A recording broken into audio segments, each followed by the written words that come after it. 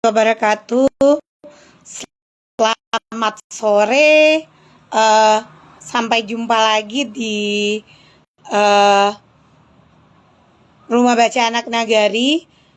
Hari ini kita akan mengadakan bincang sore Ramadan yang narasumbernya tidak kalah asingnya. Beliau adalah seorang pegiat literasi daerah dari Sumatera Barat.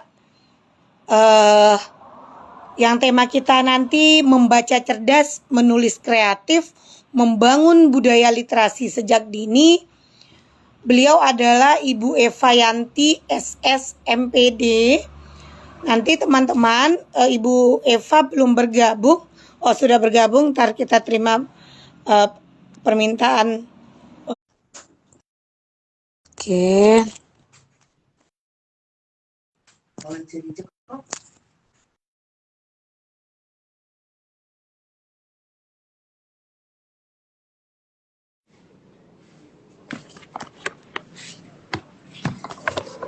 Kenapa berputar sebentar? Sorry. Sahabat Rumah Baca di mana saja berada, alhamdulillah kita sudah kedatangan bintang tamu kita hari ini. Saya perkenalkan sedikit, sahabat Rumah Baca di mana saja berada, hari ini kita bersama salah seorang, tidak asing lagi kalau untuk bagi guru-guru di Sumatera Barat, beliau adalah Ibu Eva Yanti SSMPD. Beliau mengajar di UPT SMP 2 Tanjung Baru, Madatar. Kira-kira apa ya tema kita pada hari ini? Tema kita yakninya membaca cerdas, menulis kreatif, membangun budaya literasi sejak dini. Sahabat Rumah Baca di mana saja berada, ini akan kita siaran ulangkan melalui Instagram dan YouTube Rumah Baca. Bagi teman-teman yang tidak sempat hari ini ikut berkegiatan bersama kita, bisa nanti dilihat di siaran ulangnya. Oke teman-teman, sebelum kita mulai, sahabat Rumah Baca di mana saja berada, kita serahkan kepada Ibu Eva Yanti untuk memperkenalkan diri. Kepada Ibu disilakan. Halo, sahabat Rumah Baca, Anak Nagari. Selamat sore semua. Semoga puasanya sampai hari ini kita masih oke ya. Baik itu buat ibu dan bapak, buat teman-teman maupun buat anak-anak yang selalu hadir di Rumah Baca Anak Nagari. Kenalkan, saya Eva Yanti SSMPD, guru bahasa Inggris di SMPN Negeri 2 Tanjung Baru, Tanah Datar. Nah, sore ini sengaja bergabung di sini untuk saling berbagi inspirasi, untuk saling memotivasi dan sekadar sharing ringan dengan teman-teman dari Rumah Baca. Apalagi Ibu Sri? Oke, sahabat Rumah Baca, Ibu Eva ini sudah memiliki alhamdulillah banyak karya di dalam menulis, bahkan siswa beliau sendiri sudah diajarkan untuk menulis. Jadi teman-teman di sini kita berbagi, berbincang-bincang, semoga bincang-bincang ini bermanfaat. Oke, Ibu Eva, kita hari ini membaca cerdas, menulis kreatif, membangun budaya literasi sejak dini. Kalau menurut Ibu Eva, bagaimana ya kira-kira pada saat sekarang minat baca anak-anak dan di sekolah Ibu bagaimana? Baik, Ibu Sri terima kasih. Kita langsung aja ya, kita kan ngobrolnya santai aja. Sebenarnya ini udah jadi masalah umum untuk kita semua. Ini zaman sekarang itu sangat berbeda dengan zaman kita dulu. Kalau zaman kita dulu, kita itu sangat suka membaca, baik itu membaca komik, membaca majalah anak-anak. Yang zaman dulu majalah anak-anak itu memang banyak ya, seperti Bobo, Ananda. Tapi sekarang majalah itu udah nggak ada lagi, digantikan oleh majalah-majalah digital. Cuma karena sekarang ini zamannya zaman gadget, anak-anak kita lebih tertarik dengan gadget, yang gadgetnya ini bukan untuk membaca lagi Ibu Sri. Mereka lebih suka main game, lebih suka ya main-main game mabar seperti itulah. Jadi memang nggak banyak loh. Itu bukan hanya di sekolah saya, Tapi umumnya udah menjadi masalah nasional bahwa anak-anak sekarang itu minat bacanya sangat rendah dan literasi mereka juga sangat rendah. Nggak banyak lagi anak-anak sekarang yang menggemar membaca, mereka lebih suka main game atau menonton film-film singkat yang ada di TikTok maupun yang ada di platform-platform lainnya. Banyak banget gitu ya. Jadi sebenarnya saya pribadi sebagai seorang guru, apalagi guru bahasa ya, guru bahasa Inggris, sangat prihatin. Maunya sih kita anak-anak ini suka membaca karena dengan adanya membaca itu pola pikir akan berubah, mindset akan berubah. Begitu banyak ilmu-ilmu, bukan hanya ilmu, begitu banyak hal-hal yang didapatkan dari anak-anak yang memang suka dengan membaca. Seperti kita dulu, mungkin kita dulu karena nggak banyaknya teknologi, teknologi ini belum berkembang seperti ini, kehidupan kita cuma kita berkawan dengan kawan, bermain di halaman, lalu kita begitu sampai di rumah kita punya bacaan, kesenangan kita adalah membaca, bermain dengan kawan, ya sekadar begitu saja. Tapi kalau sekarang kan anak-anak juga kalau mainnya juga nggak begitu langsung ya. Saya saya pribadi sering menemukan anak-anak yang berteman bukan seperti masa-masa seperti dulu lagi. Mereka hanya berteman di kegiatan mabar, mabar gitu kan. Jadinya nggak interaksi mereka juga sangat-sangat kurang. Dan satu lagi Ibu Sri, anak yang rajin membaca, otomatis dia akan pandai menulis atau pintar berkomunikasi. Intinya di situ.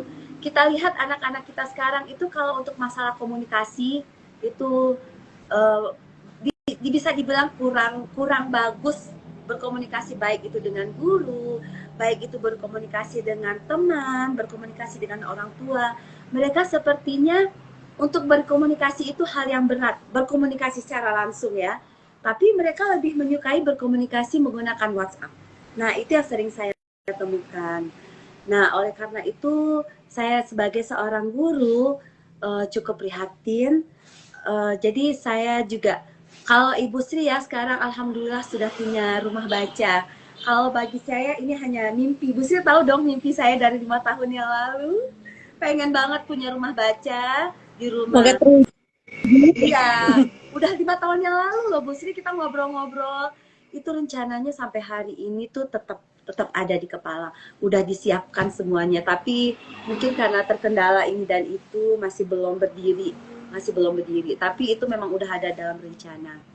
Dan saya coba bersama guru-guru di sekolah, disupport oleh kepala sekolah saya, itu kami mengadakan kegiatan literasi di sekolah, mengenalkan kembali, bukan jadi kita anggaplah mengenalkan kembali literasi ini kepada siswa di sekolah dengan cara sekali sebulan atau 2 kali sebulan kita mengadakan, kan setiap hari Jumat itu ada muhadarah ya, Iya. muhadarah. Nah biasanya kan setiap minggu muhadarah kita lakukan di lapangan sekolah. Nah sekarang muhadarahnya itu sekali 2 minggu itu muhadarah anggaplah minggu pertama sama minggu ketiga itu kita variasikan. Setelah acara muhadarah, saya itu sudah mempunyai cerita, misalnya cerita fiksi. Jadi itu sudah difotokopikan sebanyak anak. Kebetulan sekolah kami sekolah kecil yang muridnya hanya sekitar 120 anak. Kita fotokopikan, kita bagikan, kita minta salah seorang dari temannya untuk membacakan ke depan. Itu untuk menarik minat baca mereka. Dan juga pada awal-awal pembelajaran itu seperti di tanah datar ya, pada hari Selasa dan Rabu, dan sekolah kami juga sudah melaksanakan itu kegiatan literasi selama 15 menit, 10 atau 15 menit dibacakan. Dan ini memang kepala sekolah saya sangat mendukung ya. Diminta untuk memfotokopi lagi dongeng-dongeng, itu nanti guru yang masuk ke kelas pada jam-jam pertama itu akan membagikan lagi kertas, kita baca lagi dongeng ini. Yang penting anak ini tertarik dulu, suka dulu dengan membaca. Jadi kalau anak-anak sekarang tuh nggak tahu dongeng loh Bu Sri. Kalau yang di daerah saya, kalau dulu kan kita tahu ya banyak dongeng, ada Cinderella, ada Boto Ijo gitu ya, banyak dongeng-dongeng. Tapi anak-anak sekarang tuh mereka banyak yang nggak tahu dongeng. Jadi dengan diceritakan dongeng itu mereka Ya, walaupun belum semuanya, setidaknya 5 atau 6 orang atau sampai 10 orang dalam kelas mereka sangat tertarik. Dan itulah tujuan kita. Bagaimana yang diawali dengan membacanya, baca dongeng dulu. Nanti kita akan tingkatkan lagi ke setiap mata pelajaran. Jadi nanti intinya setiap mata pelajaran itu guru akan memberikan literasi, bacaan seputar mata pelajaran mereka. Tapi sekarang di sini ditarik dulu dengan dongeng-dongeng yang menarik. Luar biasa. Bu Eva, kan ini di SMP, berarti di SMP itu pas waktu kegiatan, pas waktu pergantian saat muadarah minggu 1 dan 3, berarti literasi minggu 2 dan 4. Iya, Oh keren juga. tetap Anak muhadarah dikasih tetap. bahan baca. Muhadarahnya tetap Ibu Sri, tapi yang minggu ada literasi itu ditambah waktunya untuk literasi. Uh, dengan sekarang kan anak-anak sibuk dengan gawainya tuh, apa dikasih kertas tuh masih mau, apalagi ini SMP ya, kalau SD ya yakin. Saya udah sering nih wawancara nih dengan guru-guru SMP, ini menarik menurut saya karena masih ada rupanya siswa SMP yang dikasih kertas, biasanya kan share di grup, ya udah kamu baca aja gitu. Gimana prosesnya Bu Eva? Iya, kita masih memakai kertas. Jadi saya bersama tim literasi di sekolah udah menyiapkan beberapa dongeng. Misalnya dongeng ini terbagi, ada dongeng yang untuk muhadarah, ada dongeng untuk masuk kelas. Nah itu udah difotokopi. Nanti pas muhadarah itu kita bagikan kepada seluruh siswa dan mereka memegang. Kita suruh baca dan satu orang membacakan di depan. Dan nanti kita kasih pertanyaan yang berhubungan dengan dongeng tadi. Luar biasa sahabat rumah baca di mana saja berada. Saya kira yang dilakukan oleh Ibu Eva hanya untuk anak sekolah dasar. Rupanya anak sekolah menengah pertama juga masih ada. Jadi sahabat, yang namanya literasi baca tulis itu masih kita lakukan. Walaupun teknologi pada saat sekarang ini, apalagi anak-anak kita lahir di zaman digital, teknologi tidak bisa kita lupakan. Teknologi kita tidak bisa kita hindarkan. Jadi antara bahan bacaan kertas atau fisik dan digital itu harus disimbangkan ya Bu Eva. Benar, betul sekali. Apalagi sekolah kami ya Ibu Sri, itu kan anak-anak nggak boleh bawa handphone. Memang nggak boleh. Oh keren. Nggak boleh Anak bawa SMP. handphone. Iya, satu pun nggak ada yang bawa handphone. Jadi memang pembelajaran tidak menggunakan handphone. Jadi ketika pembelajaran informatika, kan setelah kita punya labor, tinggal dibawa ke dalam labor, nanti mereka bisa belajar apa aja di situ gitu. Jadi memang tidak diizinkan. Jadi memang guru pun masih membagikan fotokopian, seperti kisi-kisi ujian pun masih dibagikan. Wow, masih keren ya. Jadi sahabat, walaupun anak-anak kita hidupnya di zaman digital, tidak semuanya harus kita share di grup, kita itu kan di WA, tapi di pembelajaran kita masih menggunakan yang namanya pembelajaran yang manual. Sekarang Bu Eva tadi kan membaca sejak dini itu penting karena itu bisa meningkatkan perkembangan berpikir dan kreativitas anak. Itu kata Bu Eva tadi. Sekarang Bu Eva, yang Ibu lihat dari siswa atau lingkungan atau anak, apa dampak dari perkembangan berpikir dan kreativitas anak setelah membaca ini? Oke, Ibu Sri. Yang saya lihat kalau ini kebanyakan yang saya ceritakan adalah pengalaman pribadi ya, bukan dari penelitian orang lain, pengalaman pribadi. Jadi seperti di sekolah saya, karena saya suka menulis, ada beberapa anak-anak yang juga mungkin karena saya suka cerita, kadang di kelas setelah belajar kita bercerita, kemarin ibu udah ikut pelatihan loh bikin buku, atau ibu punya buku ini, siapa yang mau baca? Mereka tuh mau, ibu saya mau seperti itu kan. Nah setelah itu nanti ada yang ini di sekolah kami juga ada sanggar bahasa dan ada English Club. Nah di situ nanti ada beberapa anak yang suka membaca, yang suka menulis, yang suka bikin puisi. Nah dan dari beberapa tahun yang lalu memang ada, nggak semua sih, bisa beberapa orang anak gitu kita ajak ikut pelatihan menulis, karena kan guru-guru kan sekarang kini banyak melakukan pelatihan pelatihan untuk pelatihan menulis untuk siswa. Nah, kita dari sekolah Iya. selalu mengikutkan misalnya 3 atau 4 orang dalam setahun. Dan itu saya mempunyai seorang siswa, ada seorang namanya Sony, sekarang udah kuliah. Sony itu waktu itu ikut kelas 2 SMP. Benar-benar dari nol, dan dia waktu itu menulisnya menggunakan tangan, kertas, yang saya bantu menulisnya ke laptop, lalu kita kirimkan ke media guru dan terbitlah buku pertamanya dengan judul Bahagia di Balik Sepi. Nah, itu sebagai debut pertamanya. Bahagia di Balik Sepi, ternyata buku pertama ini membangkitkan semangatnya, lalu dia menerbitkan buku kedua, Jalan yang Tak Lurus, ada juga ISBN-nya, dan terbitlah buku-buku selanjutnya yang judulnya Ayah, dan ternyata yang awalnya dia menceritakan tentang dirinya, karena dia rajin menulis, otomatis karena dia suka membaca, menulis, otomatis pikirannya terbuka, mulai membaca-baca buku yang lain, sehingga sampai hari ini kalau nggak salah dia telah menerbitkan 20 buku. Wow, luar biasa. Dan ketika dia SMK, mendapat penghargaan dari Bupati sebagai penulis sebagai penulis remaja gitu ya, yang cukup apa ya, berpotensi lah gitu kan. Dan itu bukan hanya Sony, kami masih punya ada Jenny, ada anak-anak yang lain. Dan kalau di Tanah Datar ya Bu Sri ya, kebetulan kita rajin mengadakan kegiatan-kegiatan menulis itu. Seperti tahun kemarin itu telah menerbitkan sekitar 300 judul buku yang diterbitkan oleh anak-anak SMP. Dan sebelumnya, tahun-tahun sebelumnya juga begitu. Jadi setiap sekolah itu biasanya mengirimkan 3 orang anak per sekolah. Itu betul-betul dididik atau diajarkan dari nol. Anak-anak yang benar-benar dari nol.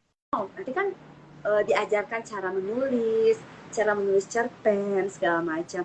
Alhamdulillah mereka bisa loh menerbitkan sebuah buku. Yang kita anggap anak SMP nggak mungkin bisa lah menerbitkan buku.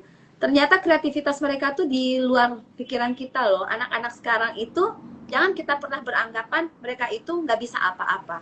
Mereka tuh lebih pintar dari kita, lebih kreatif. Karena mereka hidup di dunia digital. Terus nggak cuma itu. Malah sekarang kan SMP itu banyak yang punya majalah digital. Nah, penulis-penulisnya adalah mereka, bukan gurunya. Guru adalah penanggung jawab. Jadi dengan mereka dari awal membaca, ini kan membaca cerdas ya. Membaca cerdas ini maksudnya bukan hanya membaca hal-hal yang biasa, bukan hanya membaca WhatsApp yang untuk ketawa ketiwi, tapi memang diajarkan membaca-baca buku-buku yang mulai dari dongeng tadi ya, dongeng ditingkatkan menjadi buku-buku yang ada hubungan dengan pembelajaran. Lalu akhirnya mereka bisa menulis dan mereka bisa menghasilkan sebuah tulisan, menjadi penulis pada majalah digital gitu, dan memiliki buku. Dan itu suatu kebanggaan buat diri mereka. Anggap satu orang yang awalnya memiliki satu buku selalu termotivasi untuk menambah, untuk menulis dan menulis lagi. Dan banyak anak-anak yang seperti itu. Luar biasa. Bu Eva, kan dari cerita Bu Eva tadi kita bisa melihat berarti kita terlihat anak yang suka membaca dan yang tidak suka membaca akan tersisihkan sendiri. Sekarang menurut Ibu Eva, bagaimana ya cara orang tua atau guru menumbuhkan kebiasaan membaca dan menulis pada anak? Karena ini kan tidak bisa secara instan. Tidak bisa. Jadi apa yang dilakukan baik orang tua atau guru di sekolah bagaimana? Kalau guru di sekolah, salah satunya bisa dengan membuat sekolah kaya dengan bacaan. Misalnya dengan menempelkan bacaan-bacaan di sudut-sudut sekolah atau di dinding-dinding sekolah. Maaf, seperti saya contohkan lagi di sekolah kami itu, di luar kelas itu masing-masing misalnya ada puisi, ada bacaan-bacaan singkat gitu. Bukan bacaan berat. Misalnya per guru itu diminta membuat sebuah tulisan yang nanti akan dipajang di dinding-dinding sekolah. Seperti saya guru bahasa Inggris, saya buatlah puisi dalam bahasa Inggris. Guru IPA dibuatlah, kalau nggak salah guru IPA tentang makanan sehat. Guru PJOK tentang makanan sehat dengan gambar-gambar yang menarik. Guru informatika akan membuat sebuah tulisan-tulisan menarik dengan gambar-gambar menarik tentang penggunaan gadget, cerdas menggunakan gadget. Nah, seperti itu. Lalu guru SBY nanti akan membuat apa lagi? Ataukah sebuah membuat lirik lagu? Dan itu memang ditempelkan. Kita tempelkan di sekolah. Jadi anak-anak terbiasa dengan melihat tulisan-tulisan, terbiasa dengan membaca-membaca yang simple, bukan hanya dan itu saya pikir tuh bukan hanya di sekolah kami, di semua sekolah juga begitu kan. Di ruang kelas dibuatlah tulisan-tulisan kata-kata mutiara atau kata-kata apa saja untuk membuat anak itu senang membaca. Lalu nanti pada waktu-waktu tertentu, misalnya bulan bahasa, kita adakan lomba menulis. Atau seperti Hari Guru kemarin, Hari Guru itu adalah ajangnya loh Ibu Sri. Jadi Hari Guru itu masuk ke dalam kelas, kita mintalah anak, ayo Ananda, ini kan Hari Guru nih, ayo semua tulis apa saja, ceritakan perasaan kalian terhadap guru, terserah apa saja, mau sayang, mau tidak suka, mau gimana, apakah cita-cita menjadi guru, apa saja yang berhubungan dengan guru. Nah itu setiap anak akan menulis Ibu Sri, dan itu saya lakukan dengan kawan-kawan di sekolah. Itu banyak loh tulisan-tulisan yang didapatkan dari anak-anak itu. Kalau dijadikan sebuah buku itu jadi ontologi, jadi antologi lagi. Antologi misalnya bisa kita buat tentang guru gitu. Jadi dari hal-hal kecil begitu, apa saja kita minta menulis. Nah itu tentang Hari Guru. Datang lagi hari Ibu. Hari Ibu, SD tuh paling senang. Anak-anak tahu ya, kini sekarang Hari Guru. Ayo kita tulis ya apa aja tentang hari Ibu ya, apa saja tentang ibu kita. Mau tulis puisi, mau menceritakan perasaannya, terserah apa saja. Anak-anak itu akan menulis loh Ibu Sri.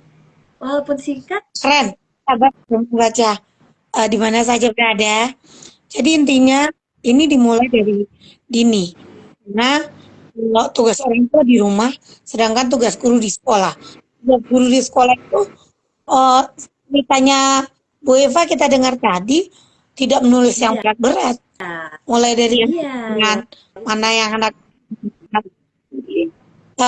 jadinya tidak terbeban. Tidak. Dan mereka enjoy. Seperti Hari Guru itu mereka akan mengungkapkan perasaannya. Misalnya seperti ini ya. Ibu, kami senang belajar dengan Ibu. Tetaplah menjadi guru yang baik. Nah, seperti itu. Malah banyak loh yang panjang-panjang atau dibikinkanlah sebuah puisi. Apapun mereka akan menulis. Dan kalau kita buka lagi kita terharu loh Ibu Sri. Sebegitu kok anak-anak ini bisa menulis ya gitu. Karena itu mereka menulis spontan, tanpa melihat gadget, tanpa melihat apa-apa, itu yang benar-benar keluar dari hati mereka. Kabar Rumah Baca di mana saja berada, kita sudah mendengar dari Bu Eva bagaimana seorang anak menulis itu tanpa bantuan gawai, tanpa bantuan gadget di sekolah-sekolah bisa. Tapi apa? Anak-anak itu harus sering dilatih. Kan kadang kurang adanya latihan. Makanya kadang anak-anak terabaikan yang namanya menulis. Bu Eva, apa sih? Nah, tadi kan Bu Eva bercerita tentang membaca cerdas. Bagaimana anak-anak itu bisa, kita tidak hanya membaca biasa, tapi bagaimana bagaimana cara memilih buku yang baik untuk meningkatkan kecerdasan dalam berliterasi, Bu Eva. Oh iya. Terima kasih. Kebetulan kalau di sekolah kami kita memang mengandalkan buku-buku dari perpustakaan. Dari buku-buku perpustakaan. Jadi ketika untuk pemilihan bacaan ini ada beberapa guru mata pelajaran yang sudah menyiapkan teks yang sesuai dengan pembelajaran mereka. Contohnya guru IPA. Nah, guru IPA ini akan memberikan teks tentang penemuan-penemuan. Nah, penemuan-penemuan. Guru prakarya biasanya akan membuat sebuah atau mencari tulisan yang berhubungan dengan misalnya tentang pembuatan tempe seperti itu. Jadi anak-anak itu tertarik kan. Jadi di sekolah kami anak-anak bisa bikin tempe loh Ibu Sri, bisa bikin saus sambal. Karena diajarkan, mereka dikasih bacaan, mereka tertarik dan ingin membuat. Nah seperti itu. Jadi masing-masing guru, nah guru IPS nanti lain lagi bacaannya gitu. Jadi bukan berat-berat buku-buku yang tebal, bukan begitu Bu Sri. Tapi ketika masuk kita ceritakan sedikit. Ketika masuk ceritakan sedikit. Jadi anak-anak itu dia akan tertarik, oh begitu. Ternyata dunia di luar itu begitu ya. Keren. Jadi anak-anak kita terpaksa mereka enjoy dalam melakukan otomatis. eh, Mereka juga tidak akan sungkan-sungkan bertanya pada gurunya. Sekarang Bu Eva, kan kita anak-anak sudah membaca, sudah berliterasi. Ada nggak tips untuk meningkatkan kemampuan bagi penulis pemula tadi, penulis kreatif seperti Sony tadi? Apa sih tips Bu Eva untuk siswa-siswanya? Oke, untuk penulis pemula ini ya, untuk siswa ini nggak cuma untuk para guru, tapi buat orang tua juga. Kalau saya suka meminta anak-anak untuk membuat jurnal harian, apa saja. Jadi kalau kita dulu kan suka Bu Sri waktu kita kecil kita punya buku harian kan, ingat nggak? Nah sekarang Iya. anak-anak kan udah nggak punya lagi tuh buku harian. Nah kita minta mereka bikin jurnal. Ayo jurnal aja, jangan jurnal pelajaran yang berat-berat, enggak, kegiatan-kegiatan harian, perasaan-perasaan mereka, atau apa saja mereka boleh menuangkan. Dan kita tanya, apakah nanti jurnalnya ini boleh dilihatkan ke ibu guru atau tidak? Mungkin mereka kalau remaja kan mereka mulai punya ada rahasia gitu kan. Nanti kita ceritakan yang ditulis itu yang baik-baik, yang bagus-bagus, yang akan nanti ketika kita dewasa kita membacanya kita akan ingat kita pernah berada pada titik ini. Dan tujuannya pun untuk mengingat kembali memori-memori. Nah ternyata itu sangat bagus loh Ibu Sri. Saya pribadi, anak saya udah SMA itu juga menulis jurnal. Dia memang menulis jurnal, malah di dalam jurnalnya itu ada impian-impiannya, impian-impian masa depannya, cerita-ceritanya seperti itu. Nah murid-murid juga saya minta seperti itu Bu Sri, ceritakan saja apa, pokoknya kalau untuk menulis saya selalu mengintikan begini, untuk menulis saja tidak usah pikirkan EYD dulu. Karena kalau kamu pikirkan EYD, kamu tidak akan bisa menyelesaikan menulis. Pokoknya tulis, apa yang terasa tulis, apa yang terasa tulis. Nanti ketika ingin menjadikannya buku, ada tim editor yang akan mengedit tulisan-tulisan ini. Jadi sebenarnya intinya, apapun yang dirasakan tulis dulu. Tulis. Itu sebenarnya tipsnya. Karena dengan menulis ini juga sambil membuat kita rileks. Begitu kita ada masalah, kita tuliskan, anak-anak remaja ini banyak permasalahannya Ibu Sri, kompleks mereka, dan umumnya mereka akan curhat ke kawan ya, kalau mendapatkan kawan yang baik yang bisa mencari solusi, kalau tidak akan menambah permasalahan. Jadi dengan membiasakan menulis jurnal, begitu mendapatkan permasalahan mereka akan menulis, mungkin mereka akan merasa lega, akan lepas, dan itulah awal mereka menulis. Dari awalnya menulis buku harian dan jurnal, lama-lama bisa akan menjadi seorang penulis pemula, penulis remaja. Karena dari cerita mereka itu mereka bisa menjadikannya sebuah cerpen. Nah, seperti itu. Sahabat Rumah Baca di mana saja berada, dari cerita Bu Eva itu buat pintar, beliau sudah melakukan untuk siswa beliau. Ini adalah suatu kisah inspiratif yang bisa kita terapkan di mana saja, pola mana saja nanti, bagi pendengar ada. Jadi intinya kita sebagai guru juga melatih anak.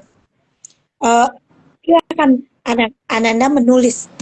Nanti kalau Anda memikirkan EYD-nya dulu, ininya dulu, nanti nggak jadi. Karena nanti ada tim editor. Dari situlah anak kita belajar. Ini harus diubah. Ini belum tepat. Ini harus keren. Bu Evan, kan kita melihat sekarang membangun budaya literasi itu adalah tantangan besar, apalagi di lingkungan kita. Karena tidak semuanya akan bisa mensupport. Dari cerita Bu Eka tadi, kayaknya Pemda Dasar itu siswanya udah lebih 300-an buku. Berarti Pemdanya mendukung dong. Sangat.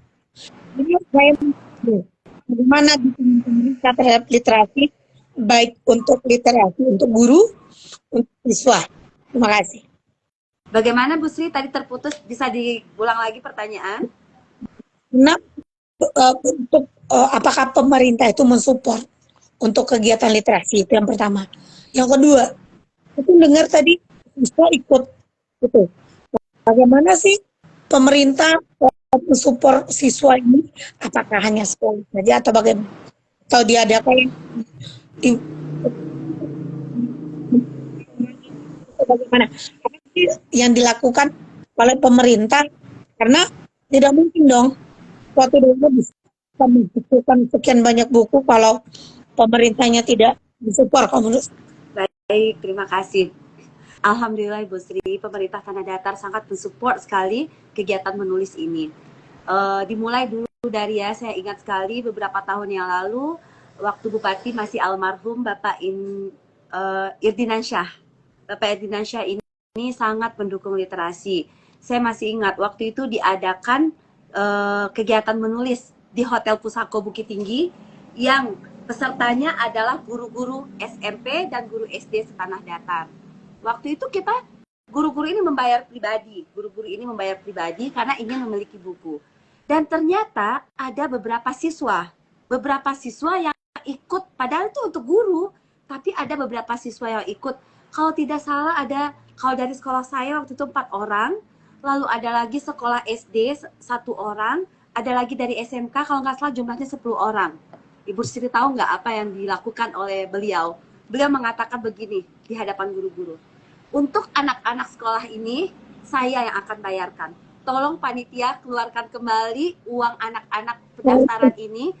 Dan beliau meminta kepada asistennya untuk mengambilkan uang untuk mengembalikan kepada 10 anak SMP tadi. Lalu beliau mengatakan begini, ibu-ibu kami sangat mensupport, ibu bapak kami sangat mensupport, ayo hasilkanlah tulisan ini. Dan waktu itu kalau nggak salah bulan Maret 2017, 2018 Ibu Sri, bulan Maret 2018.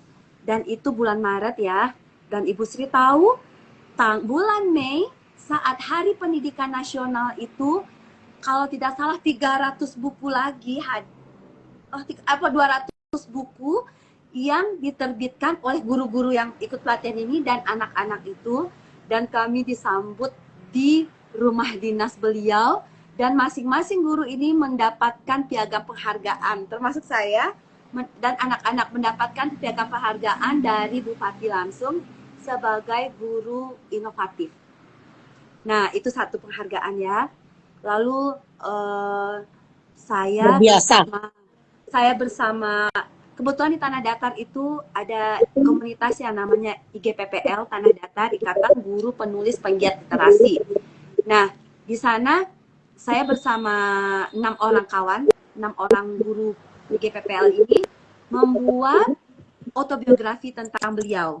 Nah, mulailah dibuat dari cerita masa kecil dan kita bagi timnya. Kebetulan saya dapat yang bagian masa kecil, remaja, sekolah sampai masa pemerintahan beliau.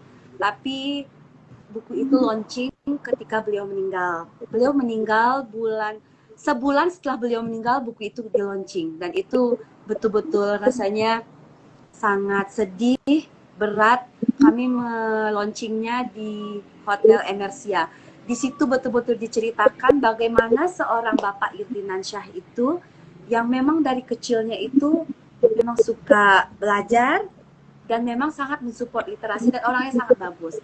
Dan alhamdulillah pemerintahan kemudian dilanjutkan oleh Bapak Eka Putra, dan ternyata beliau juga sangat mensupport kegiatan menulis, dan kita adakan lagi kegiatan menulis ini di Hotel Pusako lagi. Ibu Sri tahu nggak, saya sebagai bendahara waktu itu hanya menargetkan 100 atau 150 orang peserta. Tapi peserta yang ikut Ibu Sri 350 orang. Dengan kapasitas kamar yang tetap begitu. Jadi kami semua panitia bingung. Udah sampai ditutup pendaftaran, sampai bukan daftar online lagi, langsung datang ke Hotel Pusako. Sampai orang Hotel Pusakonya bingung, Ibu, bagaimana kita meletakkan guru-guru ini dan murid-murid ini? Karena itu sampai melimpah, beneran banyak Ibu Sri pesertanya, guru dan siswa, 350 orang. Tapi alhamdulillah ya, mungkin karena kita itu semuanya bersemangat, pelatihan dilaksanakan 2 hari, dan itu pada bulan Juni lagi, pada bulan Juni itu kita launching buku lagi. Launching buku lagi dan dapat penghargaan lagi dari Bapak Eka. Ditunggu lagi kita di rumah dinasnya untuk memamerkan buku-buku kita dan buku anak-anak kita. Dan tahun 2024 kemarin ada temu guru penulis di temu guru penulis di Jakarta yang 2023 di Jakarta itu alhamdulillah banyak guru-guru dari Tanah Datar yang dapat penghargaan sebagai penggiat literasi. Bupatinya juga mendapatkan penghargaan. Dan kemarin karena itulah kita adakan lagi kan temu guru penulis di Sumbar, tepatnya di Bukit Tinggi. Dan saya pikir itu bukan hanya Tanah Datar, Ibu Sri. Bukit Tinggi juga pemerintahnya juga mensupport penulis ini. Karena saya lihat beberapa guru juga dapat penghargaan dari pemerintahnya ya. Dan sekarang saya rasanya bangga sekali pemerintah itu sangat mensupport guru-guru yang menulis ini. Tidak dibiarkan guru ini sendiri berjalan. Jadi itu alhamdulillah kita sekarang berada di era yang melek, yang pemerintahnya mensupport kegiatan guru. Begitu Ibu Sri. Sahabatnya di mana saja berada, kita tahu mungkin setiap pemerintah mendukung bagaimana peningkatan literasi untuk sekolah dan bagaimana guru-guru bisa menulis siswa-siswa. Tapi kalau melihat siswa-siswa ini masih jarang karena siswa itu masih sibuk dengan kita bisa lihat siswa itu tadi bisa, tapi dengan cerita Fata bagaimana siswanya bisa menghasilkan banyak buku itu bukan terpaksa lagi, tapi mungkin dia sudah merasakan enaknya menulis. Jadi sahabat baca di mana saja berada itu ada pembelajaran bagaimana kita sebagai guru adalah contoh gitu. Kalau siswanya meniru, kan kita banyak lihat pada saat sekarang ini dunia yang bisa dikatakan ya malas untuk berkegiatan sendiri yang merasakan malas untuk membaca. Tidak jarang sekarang kita lihat ya Eva, banyak juga guru yang malas untuk membaca. Bagaimana kita akan diikuti dan ditiru? Sekarang Bu, apa yang harus kita lakukan sebagai guru ini? Ini bukan cerita-cerita saja, tetapi betul-betul bisa dilakukan oleh guru agar mereka bisa berteladan, agar mereka bisa jadi role model.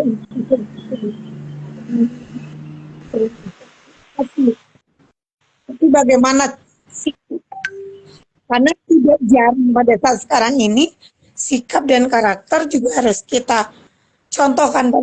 Benar, betul. Karena 2045 generasi yang betul-betul harus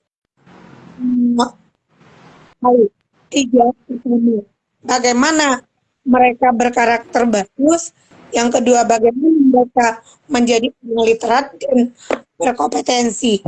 Kalau dari sekarang sebagai seorang guru kita tidak bisa mencontohkan, apa yang harus kita lakukan? Sebagai seorang guru ya Bu Sri, kita harus jadi role model dulu. Kita harus menjadi contoh bagi mereka. Misalnya, kalau kita suka membaca, otomatis kita akan banyak hal-hal yang bisa kita ceritakan pada murid kita kan. Ketika kita mengajar itu kan kita tidak hanya mengajarkan materi pembelajaran. Seperti saya, guru bahasa Inggris misalnya ya. Nah, di sela-sela pembelajaran, kita mengajak anak itu misalnya menceritakan apa ya? Oh ya, Ananda, tahu nggak? Kemarin ibu baru saja membaca buku tentang misalnya tentang suatu negara gitu ya. Nah, bukan hanya negara, apa saja yang saya dapatkan yang kira-kira saya bisa bagi untuk anak, biasanya saya akan ceritakan Ibu Sri. Dan itu saya nggak akan lupa mengatakan, Ibu baru membaca tentang ini loh. Ternyata Ibu baru tahu tentang ini, tentang hal ini. Jadi anak-anak tahu, oh Ibu ini tahu karena dia membaca. Lalu sikap juga ya. Ibu Sri, saya itu sangat suka membuat TikTok. Tapi walaupun saya buat TikTok dan ramai follower, saya nggak pernah loh menari-nari, joget-joget seperti itu, saya nggak pernah. Itu tetap saya jaga di depan anak-anak, Ibu Sri. Saya lebih suka membuat video pembelajaran bersama anak-anak. Saya lebih suka membuat apa yang mereka lakukan di dalam kelas, lalu saya publish biar orang tahu apa sih yang dilakukan di sekolah kami. Sekolah kami itu, Bu Sri, terletak di Gunung Merapi. Dan itu menurut saya unik sekali. Karena pagi-pagi itu berkabut. Tidak semua sekolah seperti itu. Tidak semua berkabut. Jadi saya suka publish itu kan, saya suka buat ataukah itu di FB biar orang tahu inilah sekolah kami. Jadi tapi walaupun sekolah kami begini, kita punya banyak kelebihan-kelebihan gitu. Jadi suka cerita ke anak-anak. Selain itu saya juga support menceritakan bagaimana sih sekolah itu. Ibu Sri, sekolah saya itu beradanya bukan di kota besar. Anak-anak di sana kebanyakan belajarnya sampai SMP atau SMA aja. Sedangkan gurunya S1 dan S2. Nah, bagaimana caranya? Jadi kami selalu memberi motivasi kepada guru, kepada siswa itu. Bagaimana nak untuk menjadi orang yang baik. Menjadi orang yang baik itu bisa melalui pendidikan. Salah satu menjadi orang sukses itu dari pendidikan. Ini contohnya ibu ini, ibu itu. Dan untuk menjadi guru atau menjadi orang sukses, untuk sekolah itu nggak harus jadi orang yang kaya, tapi anak yang mau belajar. Tapi alhamdulillah sekarang dari sana udah banyak anak-anak yang kuliah, Ibu Sri. Dan itu kadang-kadang mereka kan suka curhat nih, suka curhat. Orang tua saya begini Bu di rumah. Kalau ibu guru di sini kok nggak kayak gini ya, bukan apa ya. Kalau saya di rumah ibunya begini suka ngomel. Kenapa ibu kalau di sekolah nggak pernah ngomel? Nggak ada satupun guru di sekolah yang marah. Masa begitulah ya. Walaupun sebenarnya mungkin mereka tuh membandingkan gitu. Nah disitulah saya masuk Ibu Sri. Saya bilang, nah itu bedanya orang yang sekolah dengan yang tidak. Kalau orang yang sekolah itu komunikasinya bagus, cara mengelola emosinya bagus, makanya guru-gurunya begini. Jadi mereka tahu memang di daerah sekolah saya itu orang tuanya memang karena bertani, itu sekolahnya juga nggak begitu tinggi dan mereka tuh sudah capek seharian, jadi anak-anak memang lebih banyak waktunya dengan guru di sekolah. Jadi di saat itulah guru banyak memasukkan, memberikan ilmu gitu. Disitulah kita bilang, kalau mau jadi anak yang lebih bagus, berhasil kita sekolah. Kalau kita sekolah, kita bisa komunikasi kita bagus, pola pikir kita bagus, mengontrol emosi kita juga bagus. Nah, dari hal yang kecil-kecil gitu aja, nggak usah sampai ke kalau kamu sekolah nanti kamu jadi dokter, nak. Kalau kamu sekolah nanti kamu jadi ini. Belum sampai ke mereka begitu, Bu Sri. Mereka ini masih ke hal yang nanti kalau sekolah kita bisa jadi guru. Berarti kita memberikan pembelajaran itu, cerita-cerita itu bermakna. Iya, yang dekat dengan lingkungan. Iya, dipahaminya. Mereka benar. Belum bisa diceritainnya jauh-jauh. Keren ya, jadi dia merasakan kedekatan antar guru dan siswa. Dia tidak merasa terlalu jarak dengan gurunya. Sahabat Rumah Baca di mana saja berada, jadi seorang guru ini sangat penting untuk siswanya. Karena bagaimana kata Bu Eva tadi, paling gitu, kalau hari orang tua kami sekolah, kamu harus lebih. Kita memberikan motivasi pada anak. Jadi motivasi tidak terima melihat.